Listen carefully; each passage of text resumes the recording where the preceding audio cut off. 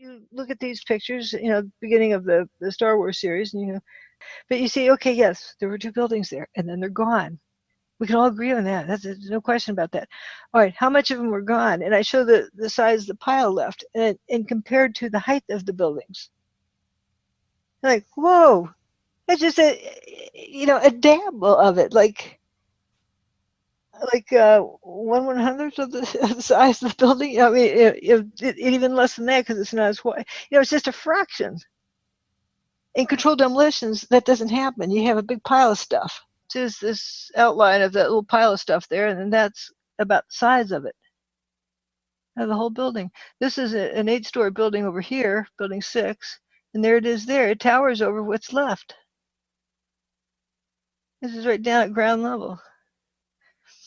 And there's the north wall and the south wall of Tower 1. And that little blob there is where that stairway B that remains that those guys walked out of. And there's the aprons they put on buildings, to make sure they don't get damaged. But look, there's no clobber marks on any of these high spots. But you had two 110-story buildings go away. It's like get 7 of these, and that's the amount of material of one of the towers. Both towers, that stuff you should see in there. And there's building 7. It didn't even scratch the postal building. I think it dinged up 4th and 5th floor of that one a little bit, but it's only like 1/2 lanes of traffic. There's 3 lanes of traffic over here, or narrow lanes. But how could it go away and not destroy everything around it? Here's this image again. You don't have any ding marks on the top of these domes, and there's building 6 with a hole in the middle. But it's just anything with a WTC prefix was destroyed. Let's use Occam's razor, which is minimize your assumptions.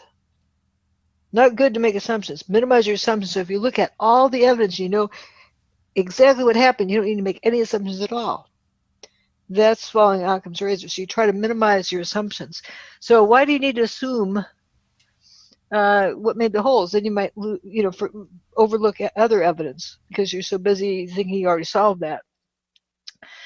Like even to the point of the airplane-shaped holes. In the book, I talk about when the building got its hole. I'm not going to assume what made the hole because nobody, exactly saw how that, they think they did, but they're jumping to an assumption. So it's important, especially in an event like this where you know that there's psyops going on, minimize your assumptions. Okay, we do know the building got a hole in it. Just leave it at that. We don't have to argue about how it got its hole, but it's got a hole. It doesn't matter. It got a hole. So we got other ones with some holes in it, and then this is just the north wing is about all that's left. This north is to the right, I think. Yeah, and this building used to be like a T, but this part's pretty much gone. And of course, Tower 2, Tower 1, and Building 3. And that's about all that's left of Tower 1 is the north wall, the south wall, and even if this is 8 stories worth of that wall, what are the other 102 stories? That's a 110-story building. There's one set of wheat checks here. It's just like one deep, not a stack of wheat checks. Maybe that'll take you up to like the 18th floor or something on that one wall. But think about it. Above that, there's 102 stories missing entirely. On one tidbit, there's a firefighter standing here when Building 2 got its hole, supposedly from an airplane. And at that point, the stripes on his firefighter jacket melted, and the hair on the back of his neck was singed. And he was standing right there. How do you explain that? That guy was standing right here in this intersection. Up by that's Building 6.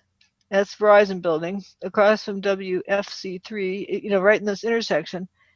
That when the South Tower got its hole, and that's way down here. If it got its hole then, how on earth did that singe the stripes on his jacket and sends the belt stripes on his jacket and sends the hair on the back of his neck. The more thinking people we have, it's not just about 9/11. It's about thinking and seeing what is right in front of you, and avoiding the psyops. And wouldn't it be nice if more and more people were thinking out there, and we'd all be safer. So the more thinking people, the better off we are. Make the crew work harder.